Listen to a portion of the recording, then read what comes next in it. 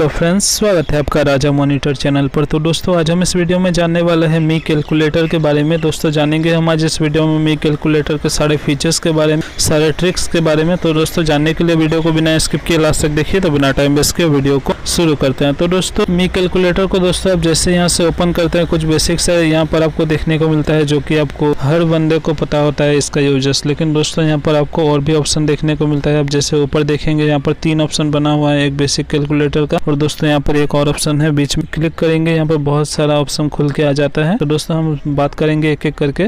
तो दोस्तों सबसे पहला ऑप्शन जो आपको यहाँ पर देखने को मिलता है वो है BMI का। तो दोस्तों BMI जो होता है, बहुत सारे फॉर्म में कोई भी आपको पूछ लेता है कि आपका BMI क्या है। तो दोस्तों यहाँ से आप अपना BMI कैलकुलेट कर सकते हैं। यहाँ पर आपको अपना वेट डालना होता है और अपना हाइट को आप सेंटीमीटर में डाल सकते हैं, या फिर मीटर या फिर फीट इंचेस में भी डाल सकते हैं।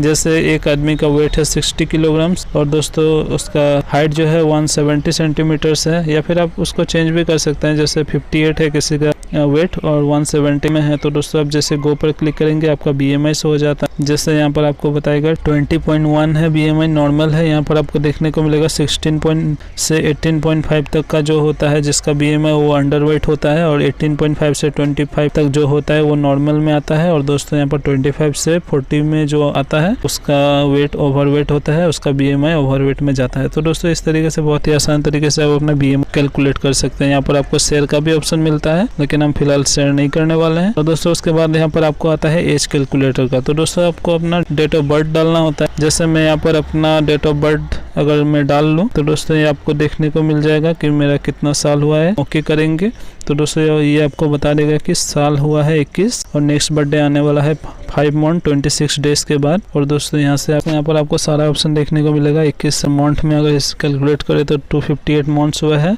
वीक में भी आपको दिखा देगा 1122 वीक्स का हो चुका हूँ मैं। यहाँ पर डेज भी दिखाएगा, आवर्स भी दिखाएगा, मिनट भी दिखाएगा।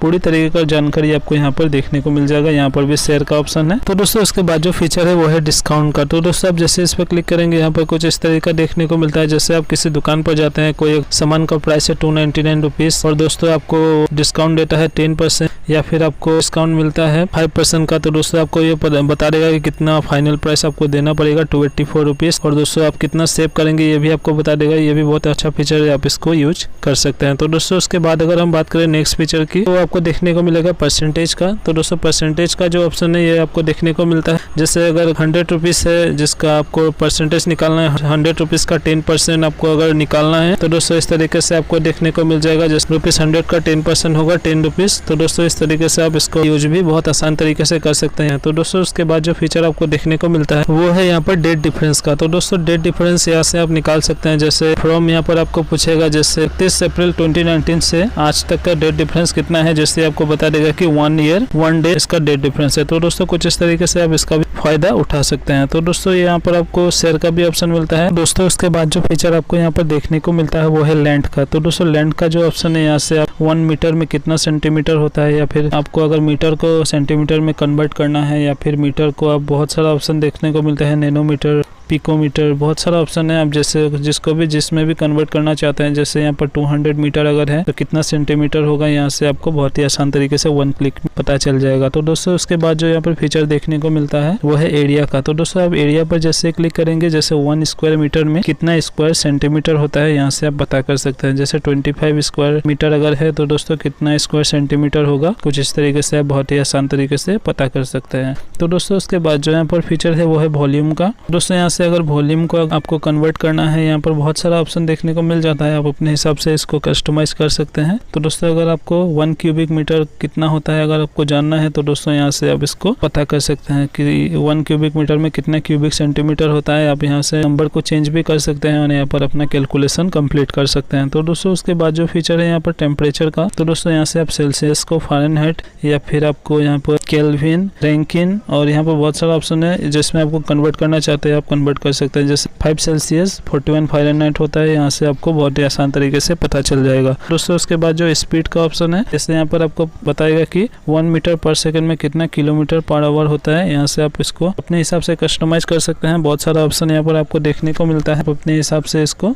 कस्टमाइज कर सकते हैं। जैसे 1 मीटर पर सेकंड में 6.6 किलोमीटर पर आवर होता है, इस तरीके से आप इसको भी कैलकुलेट कर पाएंगे। तो दोस्तों उसके बाद यहाँ पर टाइम का ऑप्शन मिलता है। जैसे दोस्तों आपको अगर कोई लार्ज नंबर दे दे जिसको आपको सेकंड में कन्वर्ट करना है, जैसे 2500 मिनट को आपको सेकंड में अगर कन्वर्ट करना है, ये चुटकी बजाते 1 सेकंड में आपको कन्वर्ट करके दे देगा कि 1.5 लाख सेकंड होगा है, तो यहाँ से आपको 1 क्लिक में कर पाएंगे। तो दोस्तों उसके बाद जो फीचर है यहाँ पर मास का, तो दोस्तों यहाँ से आप केजी किलोग्राम को ग्राम में कन्वर्ट कर सकते हैं, या फिर यहाँ पर बहुत सारा पाउंड बहुत सारा कुछ है, यहाँ पर आप बहुत ही आसान तरीके से इसको कन्वर्ट कर पाएंगे। जैसे दोस्तों 1 किलोग्राम में 1000 ग्राम होता है, हम सबको पता है। यहाँ पर आप इसको पाउंड में, आउंस में, कैरेट में, बहुत ज़्यादा ऑप्शन यहाँ पर देखने को मिलता है। आप इसको यहाँ से कन्वर्ट कर सकते हैं। जैसे 502 किलोग्राम अगर है तो कितना ग्राम होगा, आप यहाँ से 1 क्लिक में पता कर सकते हैं। तो दोस्तों उसके बाद जो ऑप्शन है न्यूमेरिकल सिस्टम का, यहाँ से आप इसको कन्वर्ट कर सकते हैं। न्यूमेरिकल सिस्टम को यहाँ पर बिन में कन्वर्ट कर सकते हैं। दोस्तों उसके बाद जो फीचर आपको देखने को मिलता है, यहाँ पर डॉलर का साइन जैसा आपको दिख रहा होगा, हम जैसे यहाँ पर क्लिक करेंगे, यहाँ पर 5 ऑप्शन आपको देखने को मिलता है। जैसे करेंसी कन्वर्ट यहाँ से आप कर सकते हैं। जैसे 1 इंडियन रुपीज़ कितना डॉलर होता है, जैसे आप यहाँ पर $1 करेंगे तो दोस्तों कितना इंडियन रुपीज़ क्या रेट चल रहा है आप यहाँ से कैलकुलेट कर सकते हैं। तो दोस्तों एक्सचेंज रेट जो होता है डेली अप डाउन होता रहता है, इसलिए आपको आप अगर इंटरनेट कनेक्शन को ऑन कर देंगे तो ये और भी ज़्यादा